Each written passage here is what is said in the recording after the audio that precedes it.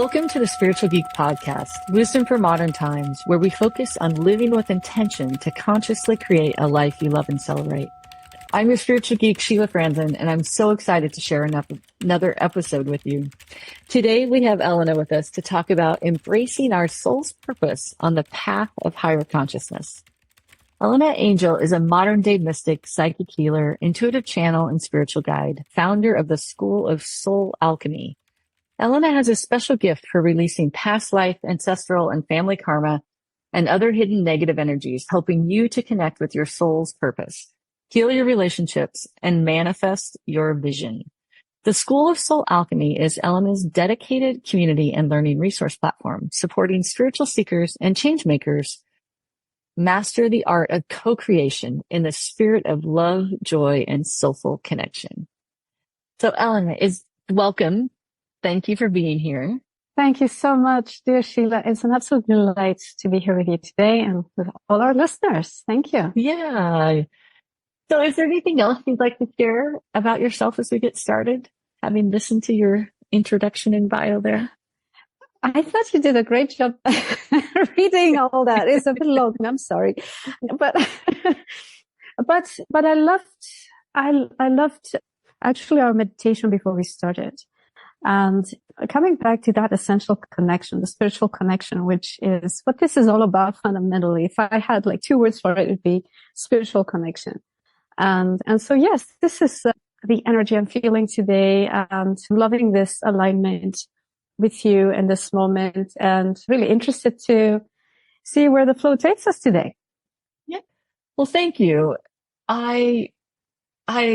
For the listeners, I always do with everyone that I'm having a conversation with, we do just a short grounding meditation and connection with each other so that we have brought our full presence into this conversation as we share that. And so it's really fun, and it really brings us into this grounded perspective as we allow all the guidance that is here for us to share. So thank you for mentioning that. So one of the things that stood out to me, like I loved this aspect of, the spiritual seekers and change makers and the art of co-creation. And I think I'm curious, this word, the co-creation stood out to me in a spirit of, this part of your bio before we jump into our topic. What do you mean by co-creation in what you're speaking about there? What a great question. I'm so glad you've asked that. So in our more modern new age thinking, there is a trend that I've noticed where a lot of the emphasis is being put on our power to choose, our power to create our lives, our power to change. And it's wonderful, and it's also a little bit problematic in my experience. I'll explain why. So it's true that we have power, we have freedom, but it's still relative, isn't it? So when I explore a person's energy and I go into the soul aspect and I see all the karmic threads that are active in them, what I see is that a person has ultimately perhaps freedom or free will, or the power to determine self or to determine a life experience. But on the relative plane, we don't have so much. We are often running stories of the past. We are rehashing old narratives. We are captured by ancestral energies, systemic energies, unfinished karmic stories. And so these are occupying so much of our energy and our awareness or consciousness that we forget. We forget, and we're so busy channeling these emotions, the old pains, the old drama, that we don't effectively have freedom. We're compelled. Mm-hmm. That's what karma does. It compels us. Something could have happened in another life experience. Perhaps I just came across that the other day. So somebody had killed a person, and now this person had another past life experience with them where they were mother and child, and now the mother was hurtful to the child. And then there was another life experience when they were working together. And now the boss was hurtful towards the employee, and now they had another life experience, and it's the same energy again. And so where's the freedom in that? And how can a person really change? So it's all a matter of context. And part of our acts of co-creation is, first of all, to heal and perhaps find more freedom within those constraints that we have, all these karmic energies that pull us here and there, all these old stories and the programs we run, and start having a bit more choice around how we act, how we behave, those fundamental things, basic things, seeing more clearly, having a better perspective, a clearer perspective. And then ultimately, as a soul, we're not here alone, and we're not only here for these, mundane concerns. The beginning and end of a life's purpose is not to earn a living and pay bills and be nice, there's so much more, and you know this very well. So there's a whole evolution of consciousness going on. There's so many beings and consciousnesses, and we have so many forces that are helping to shape creation. So yes, there's life on this planet. There's the personal experience. There's the collective experience. There's the cosmic, the galactic experience, right? It's a huge, big experience of life, and we are part of it. So to what extent do we have absolute freedom or absolute power to do whatever we like? Well, we have to find our place in all of this. And in that sense, it is a co-creation. So it's a combination of acquiring more freedom and more personal integrity and empowerment through healing, fundamentally, and integrating one's energy, and then connecting with a higher vision for the life, with a greater purpose that serves a greater good, not just the personal good, but a greater good, not just the human good, but the planetary good, the cosmic good, having some connection with that greater good. And then what happens, I find, is we find our place in the grand design. And there's this wonderful paradox where you realize you have freedom. When you connect with spirit, when you're one with source, you realize you have the freedom to choose, but you choose the divine wisdom. It's already done for you effectively. Like, it's right. You're not really making anything happen. You're simply, it's a combination of allowing and deciding simultaneously. It's a really strange thing. When you're talking about the divinity, it's really paradoxical, isn't it? When you come to yes, it is. Yeah. So you surrender, and at once you have will, and you have nothing and everything at the same time. Like it's all like that. So yes, there is a way of connecting with source, with spirit, in a sense where you do feel you're most spacious, you're most open, you're most free, you're most empowered. But in that, there's no forcing, there's no willing exactly. It's more a presence, it's more a love and a wisdom and a grace that starts to flow, and you become part of that. So there, you're part of the co-creation. So this aspect of co-creation really just being in creation with soul, in creation with the environment, in creation with divinity playing out, right? Like this play where we're creating in freedom. I really like that word freedom. It's a topic in a class I just re-recorded recently on Live a More Balanced Life. And there's an energy to freedom, right? This aspect of our freedom to choose and our freedom, like appreciating our freedom, the freedom to choose, and then recognizing when we don't feel like we have freedom, which is, I think, where you were talking. You started with the concept of past lives and things that feel like we're in this repeated patterns. It's interesting as I was listening to your description there and your beautiful articulation of it. The previous episodes that are going to, it's almost like this is a little course that's happening. I did an episode with someone on energy healing, and then I just did an episode with somebody on past lives. And then we're now talking about soul's purpose, where we move into this aspect of alignment. And so it's like a really beautiful little, I think, 3-part series that's almost happened of bringing these together. So I love that this is divine timing playing out in co-creation. So it's just perfect. So Yes, absolutely. yeah, it always happens that way, right?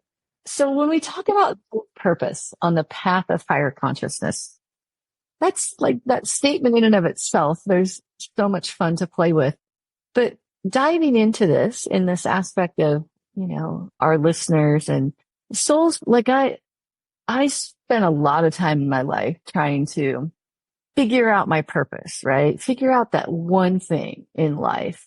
And I did life purpose classes and life purpose exercises and I get really frustrated actually because there was never like that one thing for me. And how do you how do you describe soul's purpose? How do you put a container around this concept of what it means? Because there's been so many definitions out there that I've come across of what it means to find your soul's purpose. Yes, absolutely. I mean, it's my absolute favorite topic. There's a personal story around that, which I'll be happy to share. But you're right. It's very hard to put in a neat little box and say, well, this is my one thing. There, it's clear. I know what to do. Everything's sorted. Figured out my big why. Okay, great. It's not so simple. And yet it is. Metaphysically, it's very simple. Your soul purpose, I would say, is your reason for existence. When we talk about co-creation and us being part of creation, there is an implicit concept of there is a need for us to be here. We're not accidental or random. So there is a part for us here in the grand tapestry of life, and we're essential to it. And this way in which we are an essential and integral part of creation is the purpose. So the purpose is not exactly a thing you do, it's who you are and also how you are and where you are and everything about you and how you're evolving.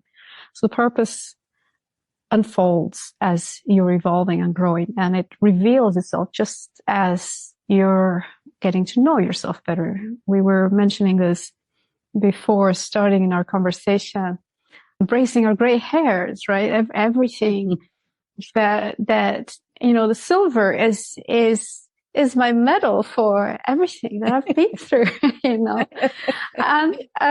never mind, I don't need gold, silver is good enough. And to really feel how life's challenges and pains and all the learning, this is the purpose. This is unfolding, and we're getting to know ourselves, and we're deepening in our love and our presence and our wisdom and in the way we share our energy. Now, having said that, there are many layers to this, and it is possible to get a lot more clarity, not least to find better alignment and live more fulfilling lives. Because being too vague around that can create a sense of dissatisfaction you were describing. Well, I've done all the courses and, it's not one thing. So am I doing something wrong, or what is this? Mm-hmm.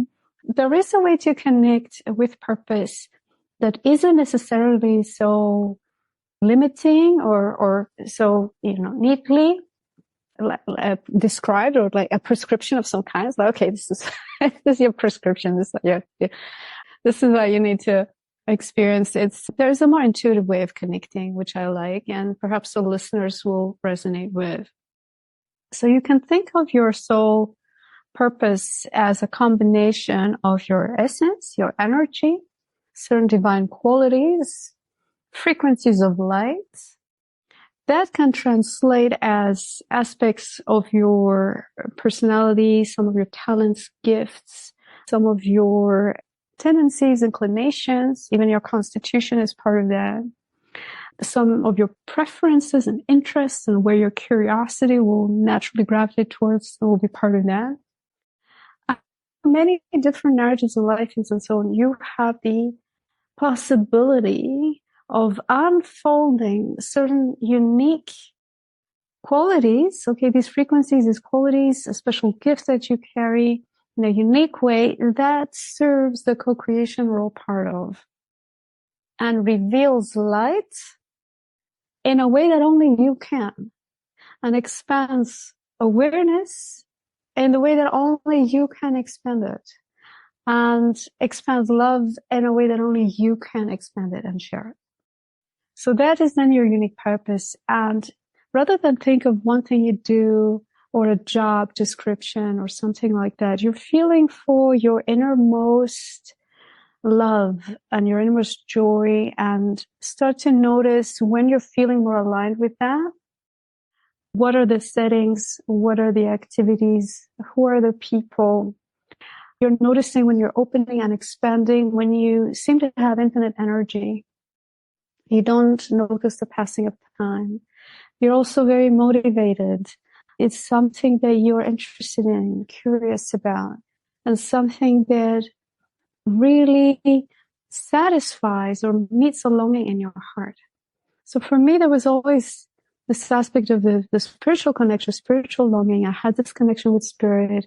I had awareness of the angelic presence. I could hear the universal sounds and the song of the angels. I was so in touch with that.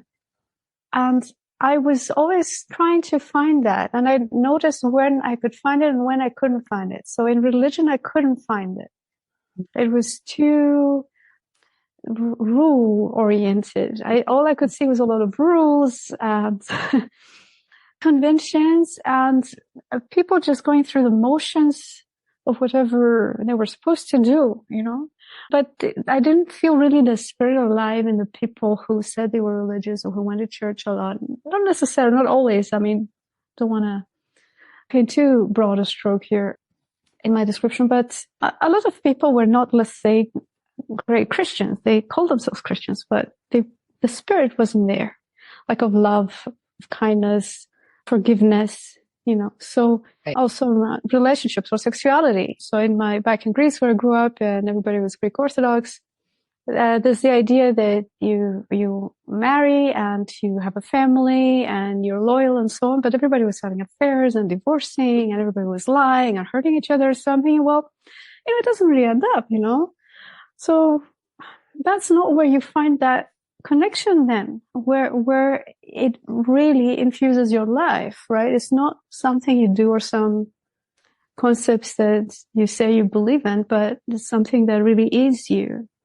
And so I rather found a spiritual connection in music and in my connection with the emotional quality of life, the intuitive aspect of life, the vibrational aspect, the way of connecting, communicating without words, of being more in contact with that energetic state and feeling that openness and expansion through music. And Beethoven was my favorite for this reason, because there was so much passion and it was like the whole human drama. And then at the same time, like this transcendence and ecstasy and divinity and everything that's great in a human being, the divine human, it was all there. And I just loved that. And so for me, that was more spiritual than, let's say, going to church. Mm-hmm. And so that is part of my soul purpose or soul gift, like to seek out this connection, to seek out this state of it's a powerful state when you really feel like you're plugged in, you know what I mean? Like you're in source and it's running through you and you're feeling yourself. Yes, you're a human being, but also there's this greater force that's moving through you. Wow, isn't that amazing? And it fills you with gratitude and awe and joy. So that's a spiritual connection. And I was doing music, so I became a professional musician, but the music was amazing, but really it was a spiritual connection I was into, you know, more than anything else.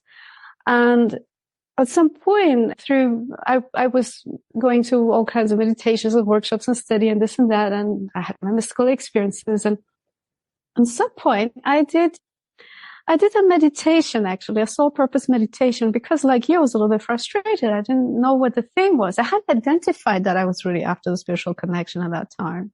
I just thought it was music. I actually thought it was music. Mm-hmm. And so I was dissatisfied. And I thought, well, I'm sure there's something more to this, but I'm not quite sure what it is. I was traveling then as an international examiner, and I was just very heavily immersed in academia and research and performance and the education, like all of it. Just music was my entire life. And I did this meditation. It was a 10-minute meditation, and I thought it would be something about music. And my expectation was it's just some aspect of music that I haven't quite worked out. And if I get that aspect of music that I haven't worked out, then I'll be really fulfilled. Then I'll feel I've got this thing that I'm really after. And when I did that soul purpose meditation, I saw a vision of a cosmic Buddha. And I thought, okay, what's that? I don't know what this has to do with anything, and it so surprised me because at that time I hadn't especially looked at like Buddhism or anything like that, and didn't know about Buddhism especially, or meditation for that matter. I was more into mysticism. I wasn't especially a meditator. I was meditating through music, but not exactly meditating. No, I was in that state. But when I saw that vision, it did something because it felt so real. It felt so genuine and true. And it had come from a place that I knew had to be true because I just could not have made that up because it wasn't in my framework. I wasn't reading books like that. I wasn't seeing movies like that. It just wasn't. It just suddenly came. I thought, okay, this is important. This is significant. So let me just pay attention. And that was a moment for me, the definitive moment. When I said to universe, I just made a pact. I said, okay, universe, I don't know what this is. I don't know what I'm supposed to do, but if this is my purpose, I'll do it. I'll do the thing, but you've got to help me because I don't know what to do. So I made a promise. Yeah, I made a promise. I will do this thing. I will follow this thing, but show me what to do. And I'll do it. And so that's when everything started to shift. And I started to meet all these people and started like the synchronicities were crazy. Books were flying off the shelves, giving me like the thing I needed to learn about. And I would overhear conversations, and some part of the conversation people massively augmented in my ear, like somebody was shouting, and I could go, oh, okay, pay attention to that then, And following the threads, I just had a big Kundalini awakening and then a Tantric awakening. And very quickly, I went from music to Tantra, actually, Tantric spirituality and Tantric healing. And I quit the music. I completely shifted. And it was like the biggest, I don't know, unimaginable change from the outside. Like somebody looking at me from the outside would go, this is unthinkable. Like, what are you doing? But for me, it was perfectly consistent. I had found that really it was a spiritual connection. Really was this cosmic energy. Really it was this enlightenment fundamentally, and the compassion and the cosmic opening and awareness that I was really going for. And so I devoted my life to it, and yeah, haven't looked back. There you go. Yeah, what an incredible story of definitely one of those people that have this moment of like choosing a guided life, even though you didn't know that's what you were doing in that moment, but like taking and trusting. And like what I feel or what I felt when you were talking about that is you were so willing to trust, right? Like a surrender to this is it. And I think living and embracing your soul's purpose, there is a surrender and trust that has to happen in order to discover what it is, right? To discover more of who you are. Sometimes you don't have to. Everybody's always at free will and choice. I don't want to use the word have to, but the opportunity is to just surrender and trust, because in that, when you let go, you do almost always somewhere get the guidance. It might show up as, like you said, books falling off the shelf in front of you, or, people arrive into your life. And so there's actually there's the aspect of all the healing and the past lives, but like what I feel like it's like reminding or helping people understand that it's actually the little things of learning to trust and follow the guidance, right? The soul's purpose, the integration of your entire being and your entire self. And I think we often do want it to be like I did. I'm like, I want it to be crystal clear, right? Like, I want you to give me my whole plan. What am I supposed to do? What's going to satisfy me in life? And it doesn't work that way. Like, you have to, it's little steps, it's small things. And then they often grow to be much bigger, yet it's not typically laid out of, okay, here's the next 20 steps. Like, you get the next step. And in that next step, it's the trust and surrender of just being 100% present with whatever that is that brings you more into, I mean, ultimately, when we talk about your soul's purpose and all of the ways that you described it, it's our acceptance and aligning with our own personal power, right? Because in that, we find out more of who we are and how we can ultimately serve others and step forward into that. Yes. I mean, for me, that took a while. I mean, to get to the place of realizing, okay, this power to be shared through this. So there's a mission here. That took a while, actually. Right. What mostly motivated me, well, it was always this, I suppose, is it surrender or inevitability? I was just so compelled, like I just couldn't live with myself if I didn't pay attention to these things. It would be such an act of betrayal, like, for me not to. So it's not necessarily that it was so easy for me that I would go, oh yeah, sure, let's follow that. I trust completely. I'm like, yeah, I go with the flow. I was agonizing over things, and I had no idea, but before I had evidence of anything, there was always this strong longing, as this calling from within. And I suppose it's possible for someone to stomp on that and say, you know what? No, I'm not going to do that. I'm going to play it safe. I'm going to lead a normal life. I'm going to just be rational and logical, grounded, and just, count my blessings, keep it small, and, live a good life, whatever the expectation of that is in whatever the culture, religion, society. But that just didn't work for me from the outset. So it's not something that necessarily I accomplished. I just somehow could not live with myself like that. I seem to be allergic to compromise. That's funny. Allergic to compromise. What a funny few words to put together. That's awesome. Yeah. So even if it meant discomfort, not knowing, fear, anxiety, I still would do it because there was a bigger force that said, I just cannot live with myself if I don't try, at least. Yeah. Well, and I think, yeah, go ahead. That's really how it went. Yeah. Yeah. I think often there's a misnomer that those that have stepped forward in the way that you're talking about, that it's just been easy.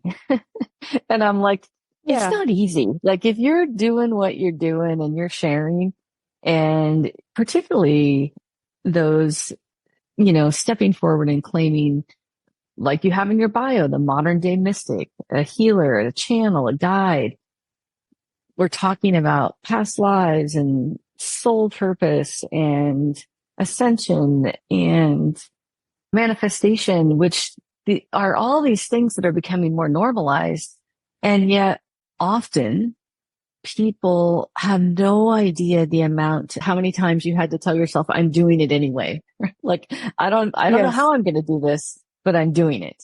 And I think that that's like, when we come back to embracing your soul's purpose on a path of higher consciousness, there's a part of it that is that, and maybe that's where the commitment comes from. It's the commitment to the higher consciousness, and a little bit of it's a lot easier to move into that higher consciousness if you just embrace all of who you are and know that because we're all here having lived thousands of past lives, to the karmic threads you mentioned in the first little intro, it can feel like we're not supposed to do something. It can feel like we're not supposed to step forward. It can feel like karma's against us, and why can't I do this? And why am I so afraid? And,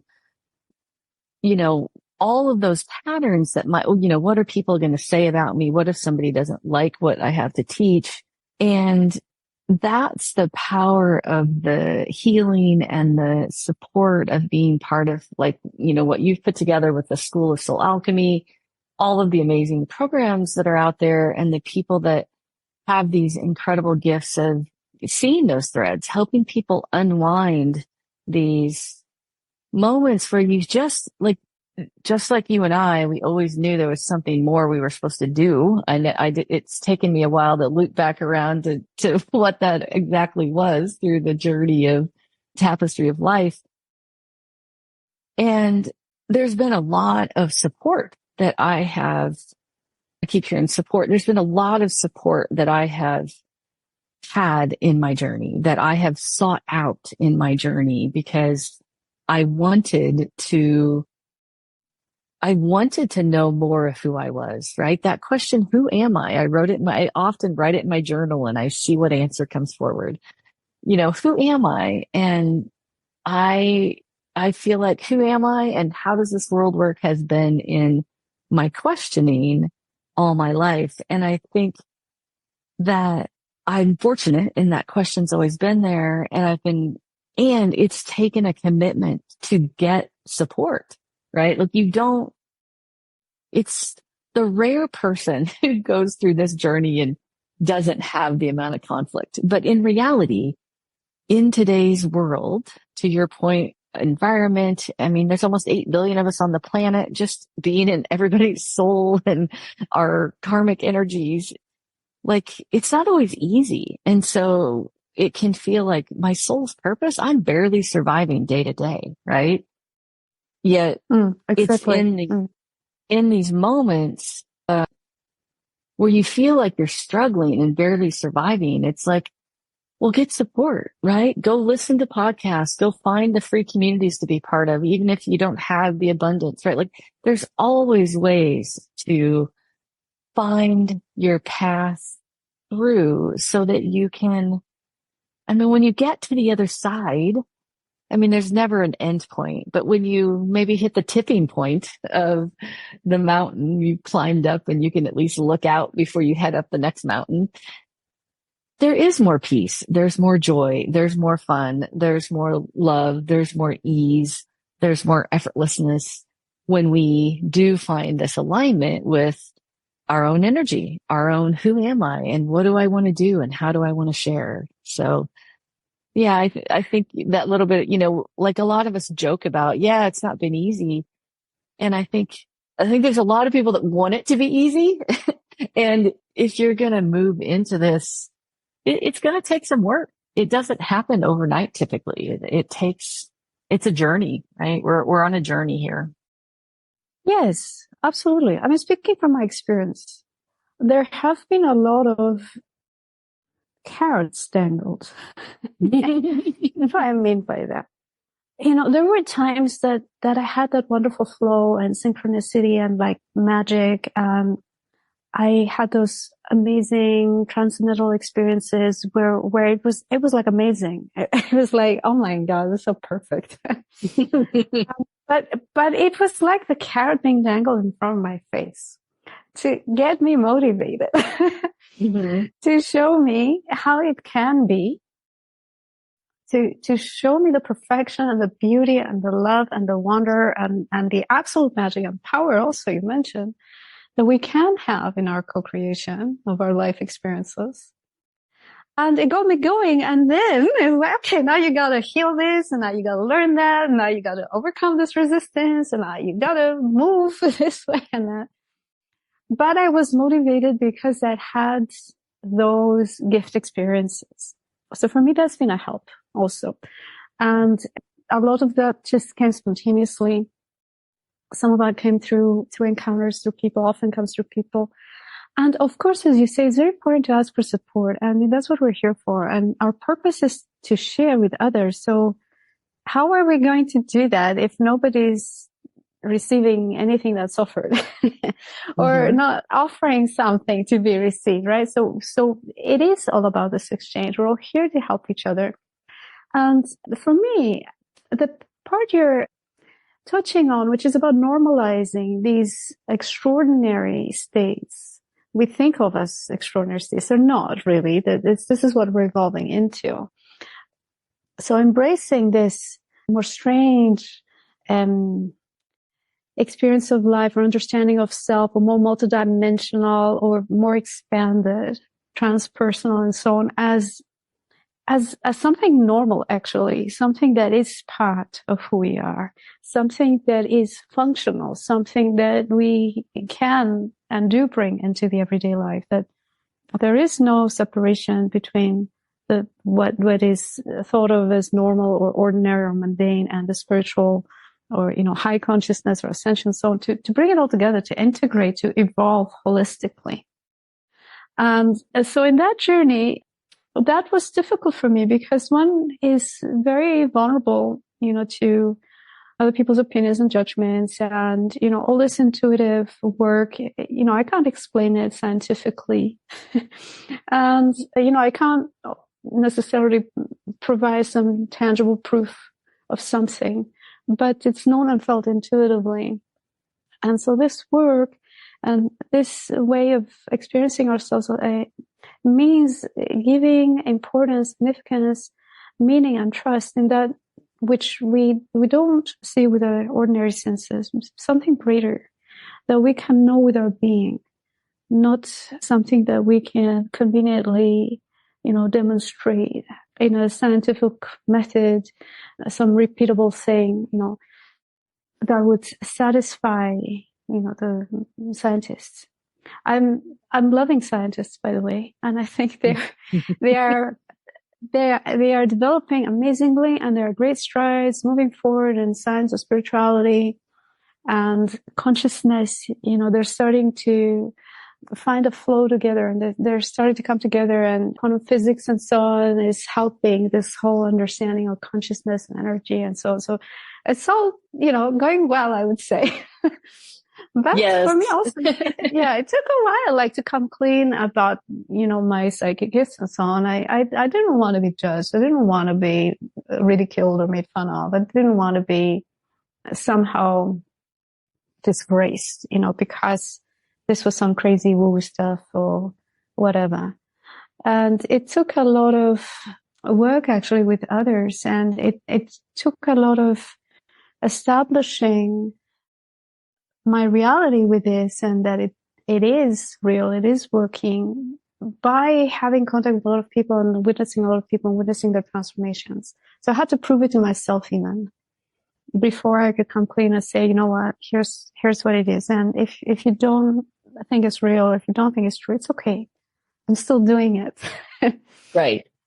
And for myself also, when somebody came to me for a reading and I would look at their gifts and look at their energy and look at their story, it was so much easier for me to reflect back to them their own greatness, and to reflect back to that person their superpowers and their capabilities and their gifts that maybe they were not totally confident about or totally free in.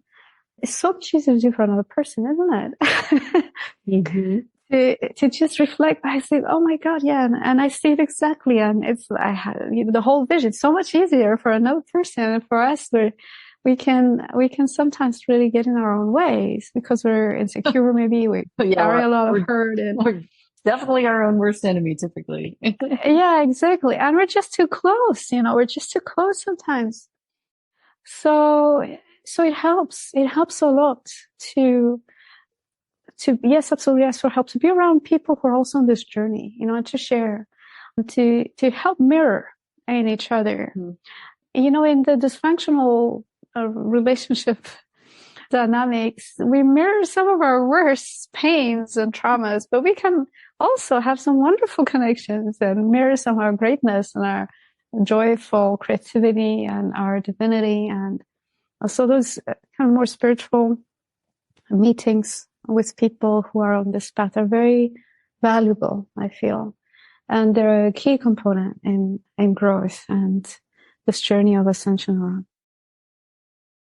Aspect of just getting to have the conversations like I do on these podcasts, that I do in my day-to-day life, the different meditations I join and experiences I have.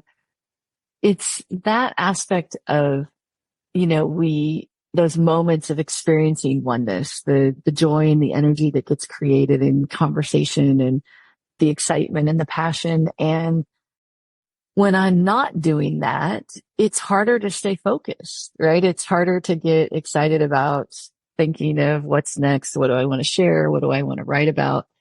But when I'm in conversation with people and I'm talking about spirituality and these fun topics, or for me, it's always, I love, learning what are people on the edge in science and spirituality doing, right? Where have we progressed to our understanding of proving that these things that we have thought were just the unseen and the esoteric. I mean, Joe Dispenza's work where he's, done so much scientific research with bringing in the spirituality aspect of things, and all the quantum physics stuff.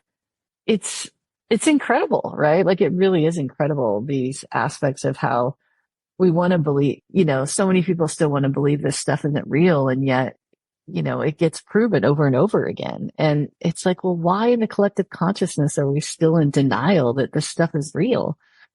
Because it's what's been comfortable. And when we get comfortable, then we don't change as easily. And I think that's the part when we talk about coming back to a soul's purpose on a path to higher consciousness.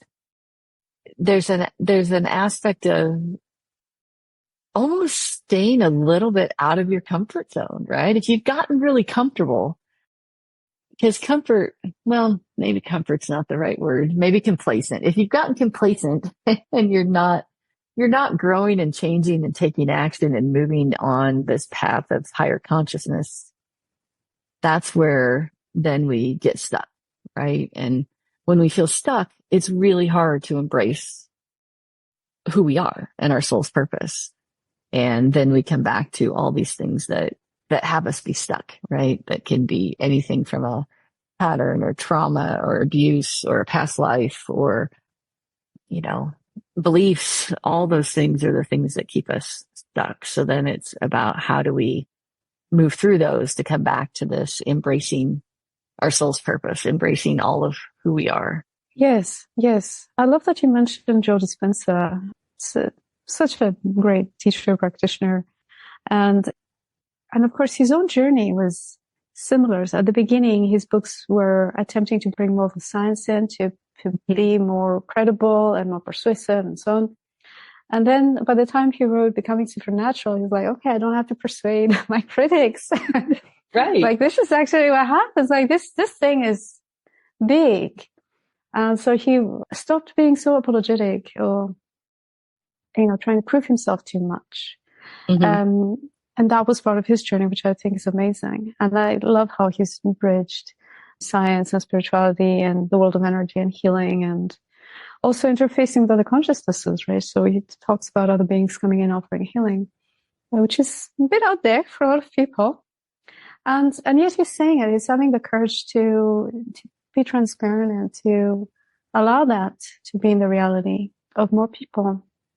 It's amazing, his work. So yes, it's a combination of factors.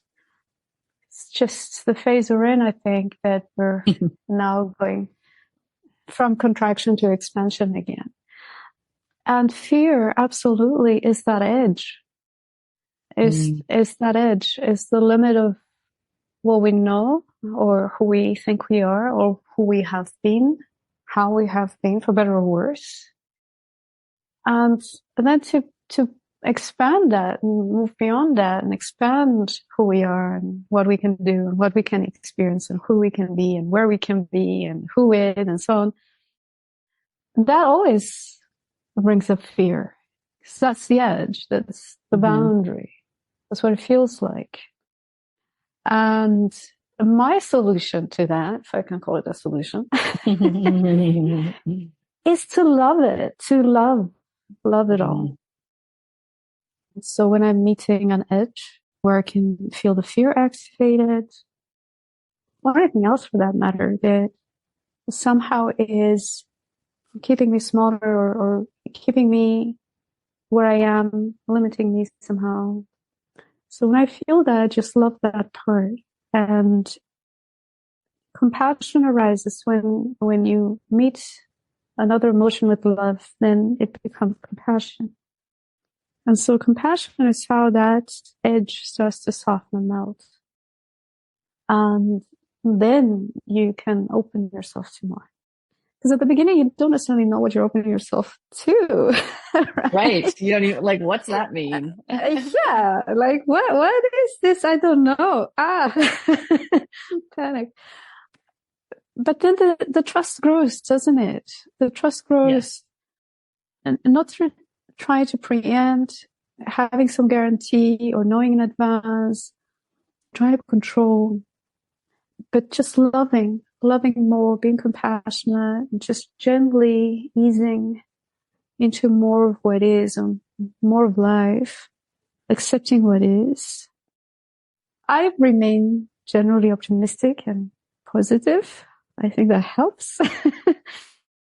And so, yeah, well, that's the part of managing your mind, right? It's that freedom of choice, that even when you don't feel like you have choice, there is always, you get to choose how you're responding, and then you can figure out how you are going to make change if you don't like what's there.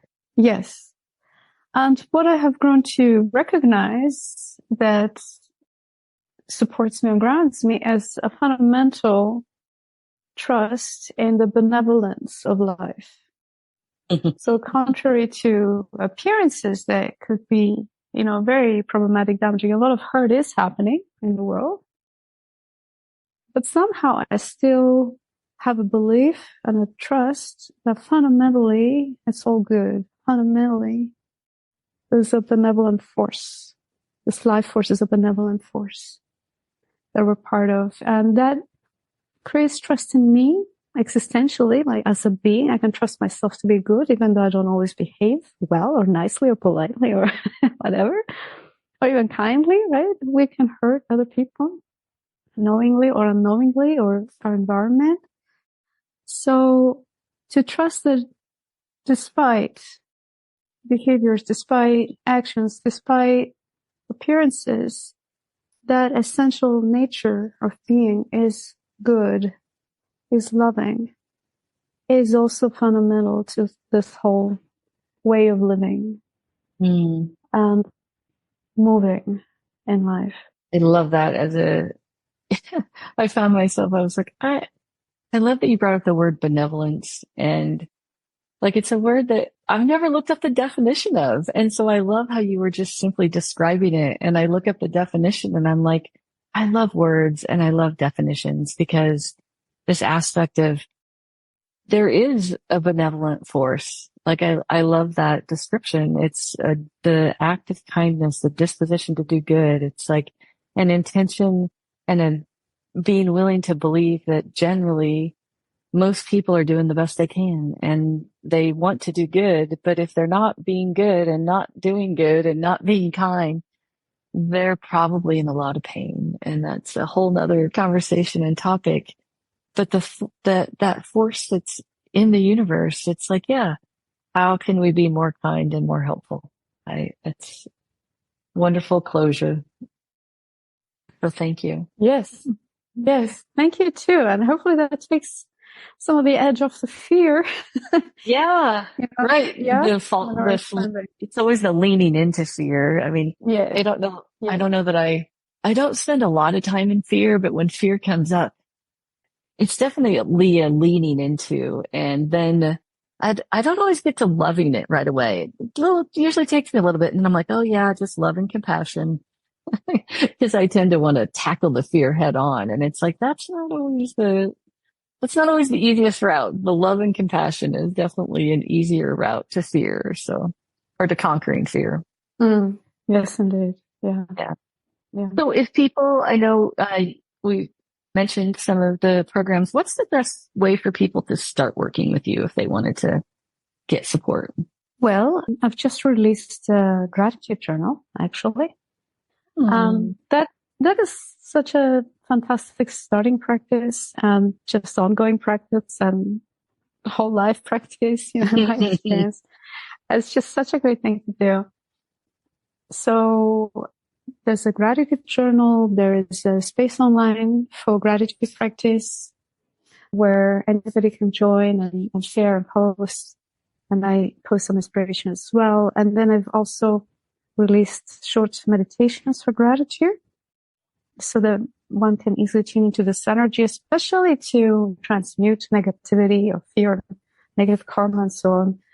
My work is very alchemical in that way. So for example, a good meditation, metta meditation for gratitude. So combining appreciation, loving kindness to transform how we relate with others, with ourselves, with the environment and so on.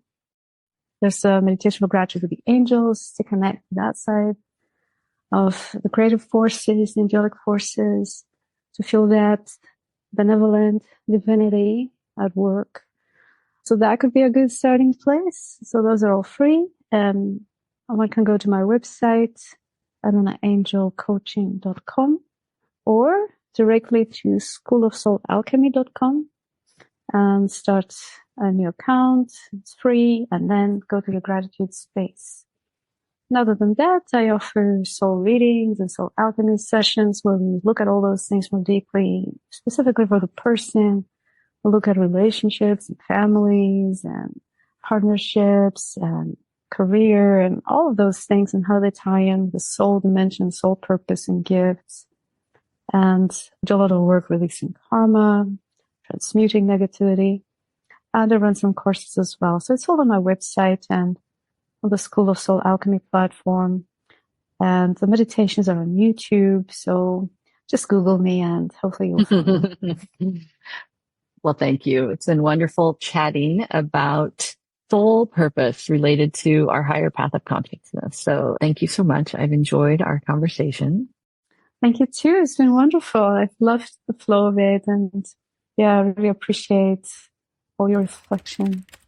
Thank you. So you've just listened to the Spiritual Geek Podcast. Thank you for joining us. If you've enjoyed the episode, be sure to share a comment and a rating on your favorite podcast platform. The ratings make a difference as it helps the show be more visible when people are searching for topics that inspire them. If you were inspired, consider sharing with friends and family. Love and light to you, and may your day be filled with joy and wisdom as you consciously create your life.